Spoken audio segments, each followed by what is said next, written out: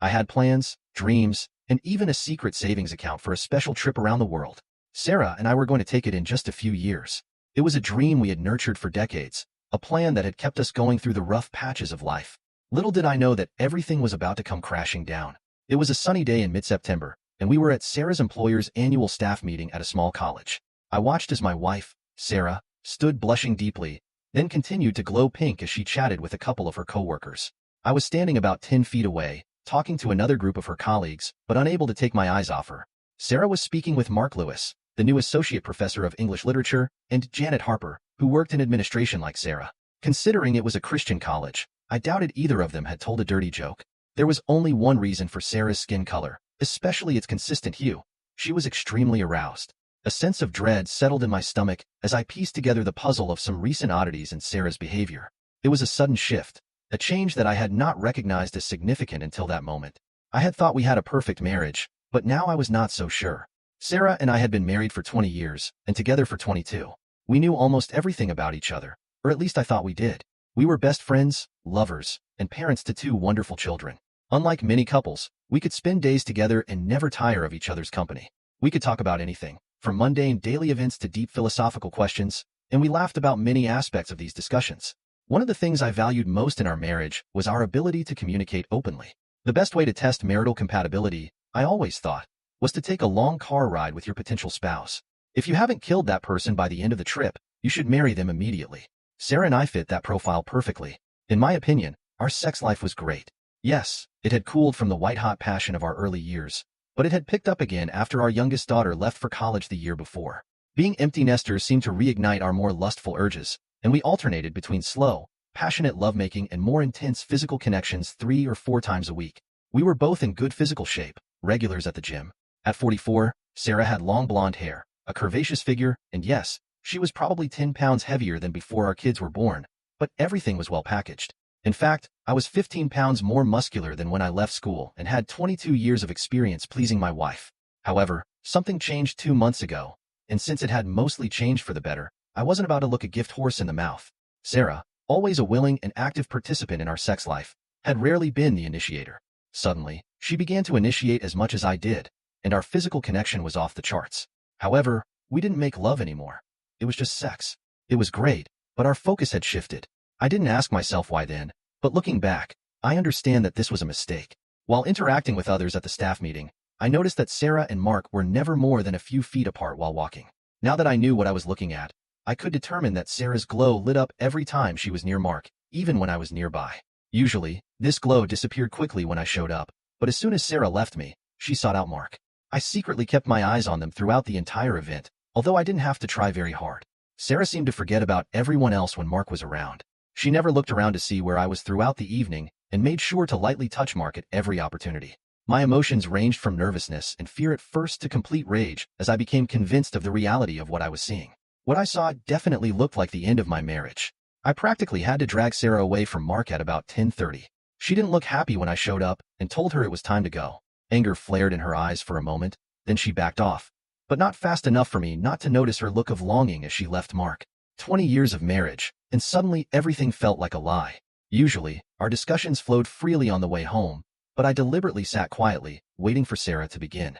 She seemed preoccupied, staring out the passenger window until she realized how awkward the silence was. She quickly jumped into some meaningless conversation about how badly dressed the college president's wife was. I wasn't very responsive. "Wow, I'm really tired. I'm going to go to bed," Sarah said when we got home. I wasn't sure if she was just trying to avoid the evening conversation, or if she was trying to get me to go to bed so she could deal with any disappointment from the evening's excitement. Either way, I didn't bite and told her I was going to watch some TV. She looked disappointed.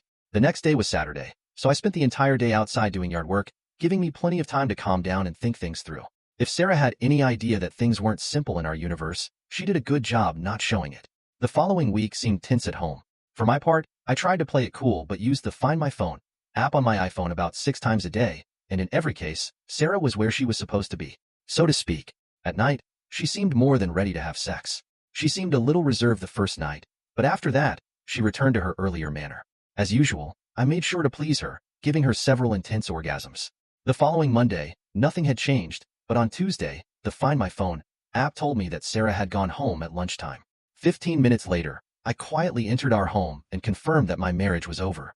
They weren't exactly quiet in our bedroom, so I didn't need to go upstairs to confirm that Sarah's partner was indeed Mark. At one point during their encounter, Sarah shouted, "Oh God, Mark, you are the best." The words stung, each one a knife to my heart. It took all my self-control not to run into the bedroom and confront them. However, I did not enter the room because I knew that if I started beating him, I wouldn't stop until I killed him. None of them were worth jail time. This revelation shattered my world. Sarah's betrayal wasn't just a physical act.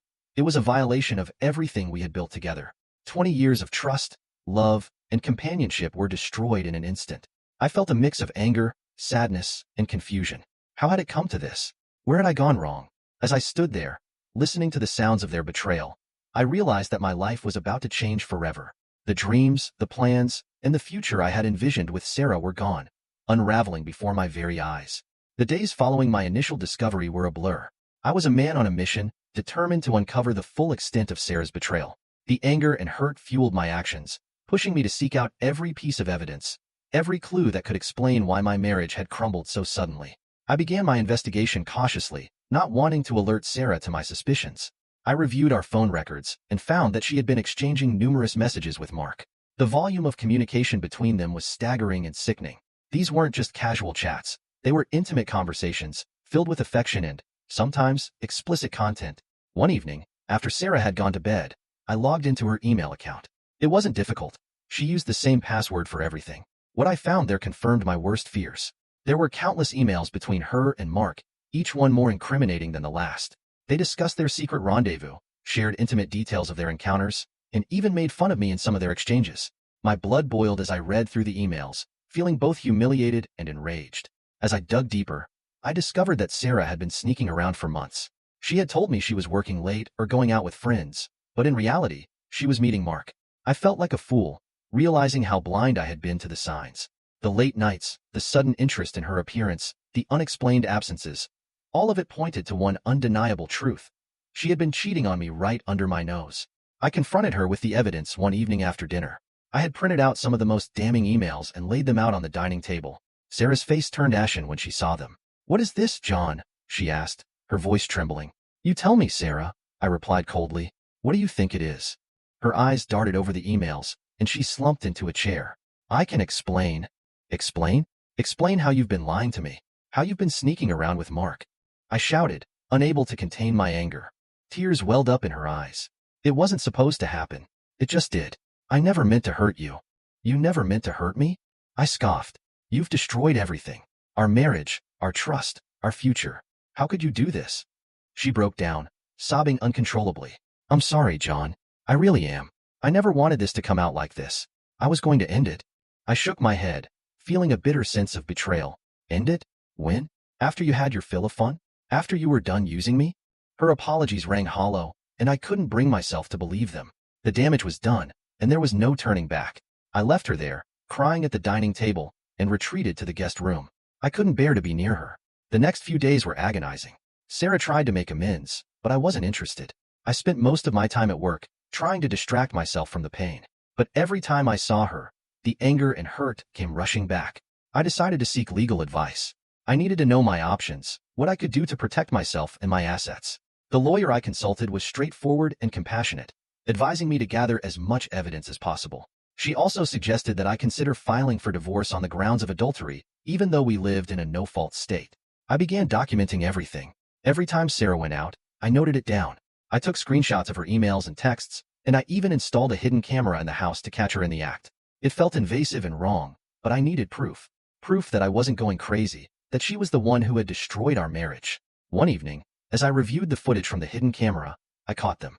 Sarah and Mark, in our living room, kissing passionately. It was the final nail in the coffin. I felt a strange sense of relief, knowing that I had all the evidence I needed. But it was also devastating, seeing the woman I loved with another man, right in the heart of our home. I took the footage to my lawyer the next day. She assured me that it was more than enough to proceed with the divorce. We began the process, filing the necessary paperwork and preparing for the inevitable confrontation. Sarah was served the divorce papers on a Tuesday morning. She called me immediately, her voice frantic and desperate. "John, please, we need to talk." "I have nothing more to say to you, Sarah," I replied, my voice cold and distant. "You've made your choices. Now you have to live with them." The weeks that followed were a whirlwind of legal proceedings and emotional turmoil. Sarah continued to plead with me, insisting that she still loved me and wanted to make things right. But I was done. The trust was broken, and there was no way to repair it. Our children, Rachel and Jake, were devastated when they found out. They had always looked up to us as the perfect couple, and the news of our impending divorce shattered their world. I did my best to explain things to them without revealing too much, but they were old enough to understand that something terrible had happened. "Why, Dad? Why is this happening?" Rachel asked, tears streaming down her face. I pulled her into a hug, feeling my own heart break. "Sometimes, people make mistakes, sweetheart, and those mistakes can change everything." Jake, always the more stoic of the two, remained silent, but I could see the hurt and confusion in his eyes. I knew that this would be a difficult time for all of us, but I was determined to protect them as much as possible. As the divorce proceedings dragged on, I found solace in my work and in the support of my friends and family. They rallied around me, offering words of encouragement and a shoulder to lean on. It was through their support that I began to see a glimmer of hope, a way forward despite the pain. One evening, as I sat alone in the house that had once been filled with so much love and laughter, I made a decision. I wasn't going to let Sarah's betrayal define me. I wasn't going to let it destroy me. I would move forward, rebuild my life, and find happiness again. The discovery of Sarah's affair had been devastating, but it had also been a wake-up call. It forced me to confront the reality of our marriage and to make difficult choices. But it also gave me the opportunity to start anew, to find a path that led to healing and ultimately to a better future. With resolve and a renewed sense of purpose, I began to take the first steps on that path, ready to leave the past behind and embrace whatever the future held. The day I decided to confront Sarah directly about her affair was one of the most challenging days of my life. My heart pounded in my chest, and my thoughts raced. I had to face the woman I had loved for over 2 decades and force her to admit what she had done. It was a day I had dreaded, but knew was inevitable. That evening, I arrived home earlier than usual. Sarah was in the kitchen, preparing dinner. The smell of roast chicken filled the air, a scent that once brought comfort but now felt like a mockery of the life we had built. I took a deep breath and walked into the kitchen, determined to confront her once and for all. "Sarah, we need to talk," I said, trying to keep my voice steady. She turned to me, a smile on her face that quickly faded when she saw the seriousness in my expression. "Sure, John. What's wrong?" I gestured toward the dining table, where I had already laid out the printed emails and screenshots. Her eyes widened as she saw them, and she slowly walked over, her hands trembling. "What is this?" she asked, her voice barely above a whisper. "You know exactly what it is," I replied, my anger barely contained. "It's proof of your affair with Mark. Proof that you've been lying to me, sneaking around behind my back." Her face went pale, and she sank into a chair. "John, I can explain." "Explain? Explain how you could betray me like this. Explain how you could destroy our marriage," I shouted, unable to hold back my anger any longer. Tears welled up in her eyes. "It wasn't supposed to happen. I never meant for it to go this far." "Never meant for it to go this far?" I echoed, incredulous. "You've been lying to me for months, maybe even longer. How long has this been going on, Sarah? How long have you been seeing him?" She wiped her tears with the back of her hand, her voice trembling. "About 6 months."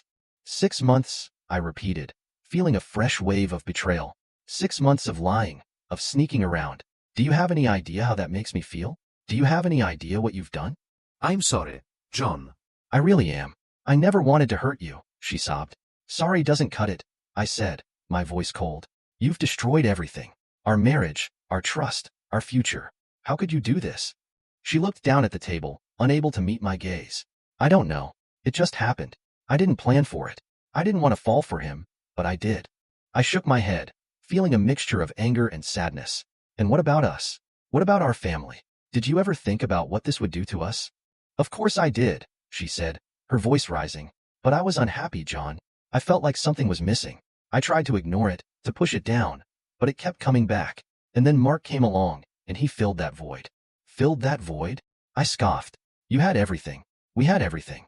And you threw it all away for what? For some fling?" "It wasn't just a fling," she said, her voice desperate. "It was more than that. I had feelings for him, John. Real feelings." "And what about your feelings for me?" I demanded. "Did those just disappear?" "No, they didn't disappear. I still love you, John. I do. But I was confused. I didn't know what I wanted." I felt a surge of frustration. "You didn't know what you wanted? You had a husband who loved you, who trusted you. You had a family, and you threw it all away because you were confused?" She covered her face with her hands, sobbing uncontrollably. "I know I messed up. I know I hurt you. But I never wanted it to end like this. I never wanted to lose you. I stared at her, feeling a mix of anger, hurt, and pity. It's too late, Sarah. You made your choice. You chose him over us. And now you have to live with the consequences. She looked up at me, her eyes filled with desperation. Please, John, can't we try to work through this? Can't we at least try to save our marriage? I shook my head. I don't see how we can. The trust is gone, Sarah. You've shattered it. And without trust, we have nothing. Her sobs grew louder, and I felt a pang of sympathy, but it was overshadowed by my anger and betrayal. I'm sorry, Sarah, but I can't do this anymore. With that, I turned and walked out of the kitchen, leaving her to cry alone. I went to the guest room, closing the door behind me. I felt a strange sense of relief, knowing that I had finally confronted her, but it was overshadowed by the overwhelming sadness of what had been lost. The next few days were a blur of emotions. Sarah continued to plead with me, begging for another chance, but I was resolute. The trust was gone, and there was no way to rebuild it. I contacted my lawyer, moving forward with the divorce proceedings. It was a painful process, but I knew it was the right decision. Our children were heartbroken when they learned the truth. I did my best to explain things to them, but there was no easy way to tell them that their mother had been unfaithful. Rachel and Jake took the news hard. Their once stable world now turned upside down. Dad, why? Rachel asked, her voice filled with pain. Why did this have to happen? I hugged her tightly, feeling my own heart break. Sometimes, people make mistakes, sweetheart, and those mistakes can change everything. Jake remained silent, but I could see the hurt in his eyes. I knew this would be a difficult time for all of us, but I was determined to protect them as much as possible. Sarah tried to make amends, promising to end things with Mark and focus on our family, but it was too little, too late. The damage was done, and there was no way to undo it. I watched as she struggled to come to terms with the consequences of her actions, feeling a mix of anger and pity. One evening, she approached me, her eyes red from crying. John, please, can't we at least try counseling? Maybe we can work through this with some help. I considered her suggestion, knowing that counseling might help us navigate the aftermath of her betrayal. But I also knew that I couldn't force myself to trust her again. I'll think about it, I said, trying to keep my voice neutral. We attended a few counseling sessions, but it quickly became clear that the wounds were too deep to heal. The counselor, a compassionate woman named Dr. Ellis, tried to help us communicate, but every session felt like reopening old wounds. Sarah's pleas for forgiveness and my inability to move past the betrayal created a toxic cycle that we couldn't break. During one particularly heated session, Dr. Ellis asked, John, do you think you can ever forgive Sarah for what she did? I looked at Sarah, her eyes filled with hope and fear, and then back at Dr. Ellis. I don't know, I admitted. I want to, but every time I look at her, all I see is the betrayal. Sarah broke down in tears, and Dr. Ellis sighed, leaning back in her chair. Forgiveness is a process, John. It takes time, but both of you need to be willing to put in the effort to rebuild trust. I nodded, knowing that she was right, but also knowing that my heart wasn't in it. The trust had been shattered, and I didn't know if it could ever be repaired. The counseling sessions continued for a few more weeks, but they only served to confirm what I already knew. Our marriage was beyond saving. The trust was gone, and without it, we had nothing to build on. Finally, I made the difficult decision to end the counseling and move forward with the divorce. It was a painful choice, but it was the only one that made sense. Sarah was devastated, but there was nothing more I could do. Our marriage was over, and it was time to face the reality of our new lives apart. As I packed my bags and prepared to leave the home we had built together, I felt a strange mix of sadness and relief.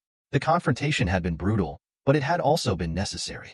It forced both of us to face the truth and to start the process of healing, even if that meant going our separate ways. The road ahead would be difficult, but I was determined to find a way forward, to rebuild my life and find happiness again. The confrontation had been the first step on that journey, and now it was time to take the next one. The days and weeks following the confrontation were an emotional roller coaster. After making the decision to end our marriage, the reality of the separation began to sink in. It was a painful, grueling process, but one that needed to happen. I spent the first few nights in the guest room, unable to bear the thought of sharing a bed with Sarah. She tried to reach out, but I kept my distance, needing space to process everything. Each night was filled with restless thoughts and a deep sense of loss. Sarah, on the other hand, seemed to vacillate between remorse and denial. Some days, she would plead with me, tears streaming down her face, begging for another chance. Other days, she would act as if nothing had changed, trying to engage me in casual conversation or make small talk about the kids. It was emotionally exhausting, and I found it increasingly difficult to maintain any semblance of normalcy. We sat the kids down one evening to break the news. Rachel and Jake had sensed the tension, but the announcement of our impending separation still hit them hard. Rachel burst into tears, while Jake clenched his fists, his face a mask of hurt and confusion. "Why are you doing this?" Rachel cried. "Can't you just work it out?" I took a deep breath, trying to find the right words. "Sometimes, things happen that make it impossible to stay together. It's not your fault. We both love you very much, and that will never change." Jake looked at me, his eyes filled with anger. "What did she do, Dad?" I glanced at Sarah, who was sobbing quietly. "It's complicated, Jake. Just know that we're doing what's best for everyone." The following weeks were a blur of legal proceedings and emotional upheaval. Sarah and I attended mediation sessions to work out the terms of our separation, trying to be civil for the sake of the kids. It was a bitter process, filled with tense negotiations and painful discussions about our future. We decided to sell the house. It was too full of memories, both good and bad, and neither of us wanted to keep it. The process of packing up our lives was heartbreaking. Every room, every object held a memory, a piece of the life we had built together. I found myself lingering over photo albums, old letters, and mementos of happier times, feeling a deep sense of loss for what could have been. Sarah moved into a small apartment closer to her work, while I found a modest house on the other side of town. We agreed to joint custody of Rachel and Jake, trying to keep their lives as stable as possible amid the chaos. They would spend alternating weeks with each of us, a new arrangement that none of us were thrilled about but accepted as necessary. The first night in my new house was one of the loneliest of my life. The silence was deafening, and I wandered from room to room, feeling the emptiness of the space. I missed the familiar sounds of home, the laughter of my children, even the hum of the dishwasher. Everything felt foreign, and the weight of the separation pressed down on me. I threw myself into work, using it as a distraction from the emotional turmoil. My colleagues were supportive, offering words of encouragement and understanding. Despite their kindness, the days felt long and hollow. The office, once a place of routine and predictability, now seemed like a refuge from the storm that had become my personal life. Sarah and I maintained a civil front for the sake of the kids, but interactions were strained. Dropping off Rachel and Jake at her apartment was always awkward, a painful reminder of the life we had lost. Sarah would often look at me with a mixture of sadness and longing, but I kept my distance, determined to move forward. I began to rebuild my life piece by piece. I joined a local gym, started attending a support group for divorced men, and even picked up an old hobby, woodworking. The process of creating something tangible with my hands was therapeutic, a way to channel my emotions into something productive. One evening, after dropping the kids off at Sarah's, I decided to visit a nearby park. The sun was setting, casting a warm glow over the landscape. I found a bench overlooking the pond and sat down, taking in the peaceful surroundings. As I watched the ducks glide across the water, I felt a sense of calm wash over me. It was a small moment of solace in the midst of the chaos. As the weeks turned into months, I slowly began to adjust to my new reality. The pain of the separation didn't go away, but it became more manageable. I focused on being there for Rachel and Jake, trying to provide them with as much stability and love as possible. We developed new routines, new traditions, and gradually, the wound started to heal. One afternoon, I received a call from Sarah. Her voice was hesitant, unsure. "John, I was wondering if we could meet for coffee. There's something I want to talk about." I agreed, curious but cautious. We met at a small cafe downtown, a neutral ground where we could talk without the weight of the past pressing down on us. Sarah looked tired, her eyes weary, but there was a determination in her expression. "John, I've been seeing a therapist," she began. "I'm trying to understand why I did what I did and how I can make things right, at least for the kids. I know I can't undo the past, but I want to be a better person for them and for myself." I nodded, appreciating her effort. "That's good, Sarah. I hope it helps." We talked for a while, discussing the kids and their adjustment to the new situation. It was a civil, even pleasant conversation, a stark contrast to the bitterness of our recent interactions. As we parted ways, I felt a glimmer of hope that, maybe, we could find a way to coexist peacefully for the sake of our children. Life after the separation was challenging, but it was also an opportunity for growth. I learned to navigate the complexities of co-parenting, to find joy in small moments, and to rebuild my sense of self. The separation was a painful chapter, but it was also a chance to start anew, to create a life that, while different from what I had envisioned, held the potential for healing and happiness.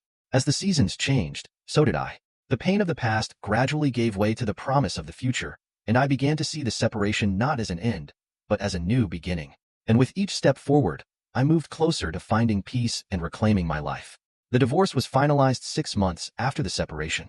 The finality of the court's decision brought a mix of relief and sadness. The dissolution of our marriage marked the end of a significant chapter in my life, but it also opened the door to new possibilities. The aftermath of the divorce was a time of reflection, healing, and gradual rebuilding. The first thing I noticed after the final decree was how much quieter my life had become. The constant tension and arguments that had filled our home were gone. replaced by an almost eerie silence. I spent the first few weeks in my new house adjusting to the solitude. The emptiness of the rooms felt oppressive at times, a stark contrast to the lively home I had once shared with Sarah and the kids. Rachel and Jake were adjusting too, each in their own way. Rachel threw herself into her schoolwork and extracurricular activities, while Jake became more withdrawn, spending hours playing video games. I did my best to be there for them, to offer support and stability, but I knew they were struggling. The transition was hardest on them, and I tried to be patient and understanding, giving them the space they needed to process their emotions. Sarah and I continued our co-parenting arrangement, coordinating schedules and making sure the kids' needs were met. Our interactions remained civil, but there was an unspoken tension between us.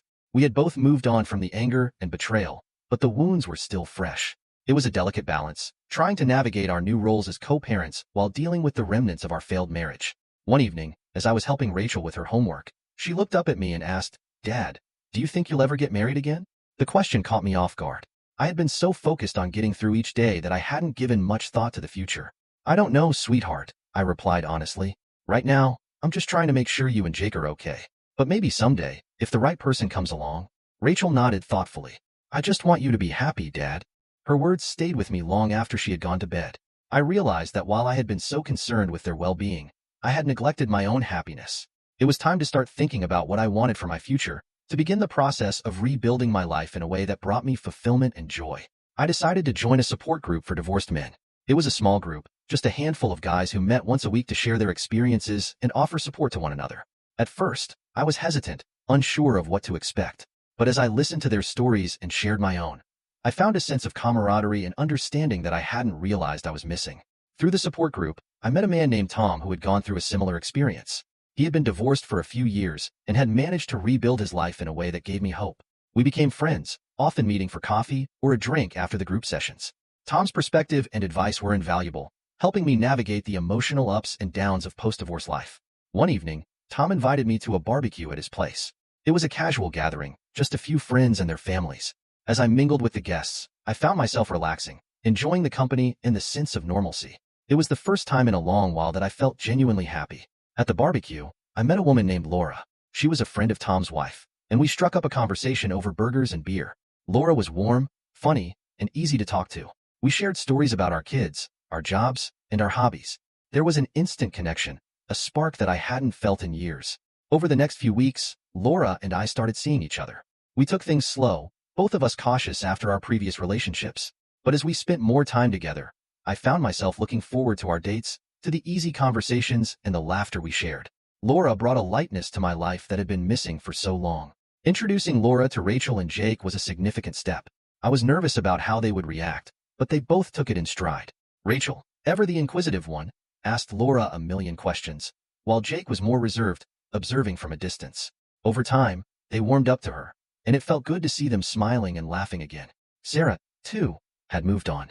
She had started dating someone new, a colleague from work. Our interactions became more amicable, and we found a way to co-parent effectively. It wasn't easy, but we were both committed to doing what was best for Rachel and Jake. The bitterness that had once defined our relationship began to fade, replaced by a tentative friendship. One evening, Sarah and I attended a school event for Rachel together. It was a parent-teacher meeting, and we both wanted to be there to support our daughter. As we sat in the auditorium, listening to the teachers talk about the upcoming school year, I realized that we had come a long way. We were no longer husband and wife, but we were still partners in raising our children. It was a small victory, but a significant one. Life continued to move forward, and with each passing day, the pain of the past became a little less acute. I found joy in the small moments, watching Rachel's soccer games, helping Jake with his science projects, and sharing quiet evenings with Laura. The future that once seemed so uncertain now held promise and possibility. The aftermath of the divorce had been a period of intense emotional upheaval, but it had also been a time of growth and self-discovery. I learned to navigate the complexities of co-parenting, to find happiness in new relationships, and to rebuild my life in a way that was meaningful and fulfilling. The scars of the past would always be there, but they no longer defined me. As I stood on the porch of my new home one evening, watching the sunset, I felt a sense of peace. The journey had been difficult, but it had led me to a place of healing and hope. The aftermath of the divorce had not been the end, but rather a new beginning, a chance to create a life that, while different from what I had envisioned, was full of promise and potential. And for the first time in a long time, I was truly looking forward to the future.